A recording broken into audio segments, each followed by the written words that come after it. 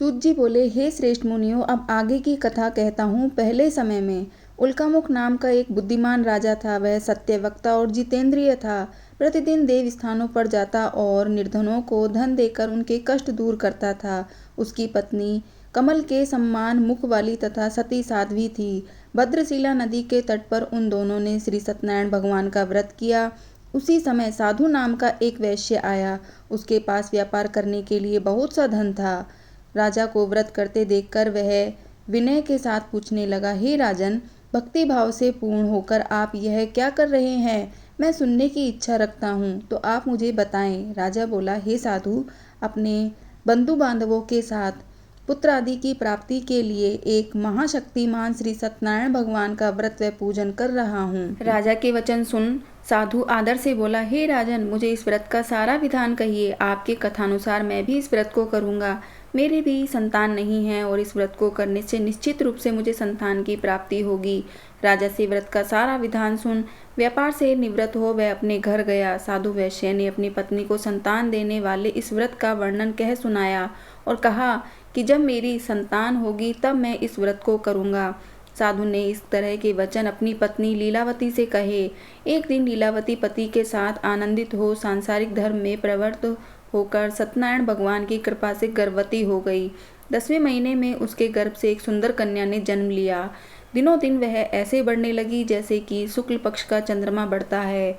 माता पिता ने अपनी कन्या का नाम कलावती रखा। एक दिन लीलावती ने मीठे शब्दों में अपने पति को याद दिलाया कि आपने सत्यनारायण भगवान के जिस व्रत को करने का संकल्प किया था उसे करने का समय आ गया है। आप इस व्रत को करिए। साधु बोला कि हे प्रिय, इस व्रत को मैं उसके विवाह पर करूँगा। इस प्रकार अपनी पत्नी को आश्वासन देकर वह नगर को चला गया। कलावती पिता के घर में दिनों दिन बड़ी होने लगी। साधु ने एक बार नगर में अपनी कन्या को सखियों के साथ देखा तो तुरंत ही दूत को बुलाया और कहा कि मेरी कन्या के योग्य वर देखकर आओ। साधु की बात सुनकर दूत कंचन नगर में पहुंचा और वहां देखभाल कर लड़के के सुयोग्य वाणिक पुत्र को ले आया। सुयोग्य लड़के को देख साधु ने बंधु बांधवों को बुलाकर अपनी पुत्री का विवाह कर दिया। लेकिन दुर्भाग्य की बात यह है कि साधु ने अभी भी सत्यनारायण भगवान का व्रत नहीं किया। इस पर श्री भगवान क्रोधित हो गए और श्राप दिया कि साधु को अत्यधिक दुख मिले। अपने कार्य में कुशल साधु बनिया जमाई को लेकर समुद्र के पास स्थित होकर रत्नासारपुर नगर में गया। वहां जाकर दामाद ससुर दोनों मिलकर चंद्रकेतु राजा के नगर में व्यापार करने लगे। एक दिन भगवान सत्यनारायण की माया से एक चोर राजा का धन चुराकर भाग रहा था। उसने राजा के सिपाहियों को अपना पीछा करते देखा तो चुराया हुआ धन वहां रख दिया जहां साधु अपने जमाई के साथ ठहरा हुआ था। राजा के सिपाहियों ने साधु वैश्य के पास राजा का धन पड़ा देखा तो वह ससुर जमाई दोनों को बांधकर प्रसन्नता से राजा के पास ले गए और कहा कि उन दोनों चोरों को हम पकड़ लाए हैं। आप आगे की कार्यवाही की आज्ञा दें। राजा की आज्ञा से उन दोनों को कठिन कारावास में डाल दिया गया और उनका सारा धन भी उनसे छीन लिया गया। श्री सत्यनारायण भगवान के श्राप से साधु की पत्नी भी बहुत दुखी हुई। घर में जो धन रखा था उसे चोर चुरा कर ले गए। शारीरिक तथा मानसिक पीड़ा व भूख प्यास से अति दुखी हो अन्न की चिंता में कलावती एक ब्राह्मण के घर गई। वहां उसने श्री सत्यनारायण भगवान का व्रत होते देखा, फिर कथा भी सुनी और प्रसाद लेकर वह रात को घर वापस आई। माता ने कलावती से पूछा कि हे पुत्री, अब तक तुम कहाँ थी? तेरे मन में क्या है?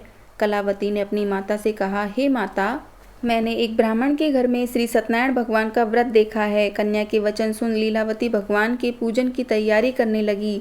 लीलावती ने परिवार व बंधुओं सहित सत्यनारायण भगवान का पूजन किया और उनसे वर मांगा कि मेरे पति और जमाई शीघ्र घर आ जाएं। साथ ही यह भी प्रार्थना की कि हम सब का अपराध क्षमा करें। श्री सत्यनारायण भगवान इस व्रत से संतुष्ट हो गए और राजा चंद्रकेतु को सपने में दर्शन देकर कहा, हे राजन, तुम उन दोनों वैश्यों को छोड़ दो और तुमने उनका जो धन लिया है उसे वापस कर दो। अगर तुमने ऐसा नहीं किया तो मैं तुम्हारा सारा धन नष्ट कर दूंगा, राज्य व संतान सभी को नष्ट कर दूंगा। राजा को यह सब कहकर भगवान अंतर्ध्यान हो गए। प्रातःकाल सभा में राजा ने अपना सपना सुनाया, फिर बोले कि वणिक पुत्रों को कैद से मुक्त कर सभा में लाओ। दोनों ने आते ही राजा को प्रणाम किया। राजा मीठी वाणी में बोला, हे महानुभावों, भाग्यवश ऐसा कठिन दुख तुम्हें प्राप्त हुआ है, लेकिन अब तुम्हें कोई भय नहीं है। ऐसा कह राजा ने उन दोनों को नए वस्त्राभूषण भी पहनाए और जितना धन लिया था उससे दुगना धन वापिस कर दिया। दोनों वैश्य अपने घर को चले गए। श्री सत्यनारायण व्रत कथा का 3य अध्याय संपूर्ण।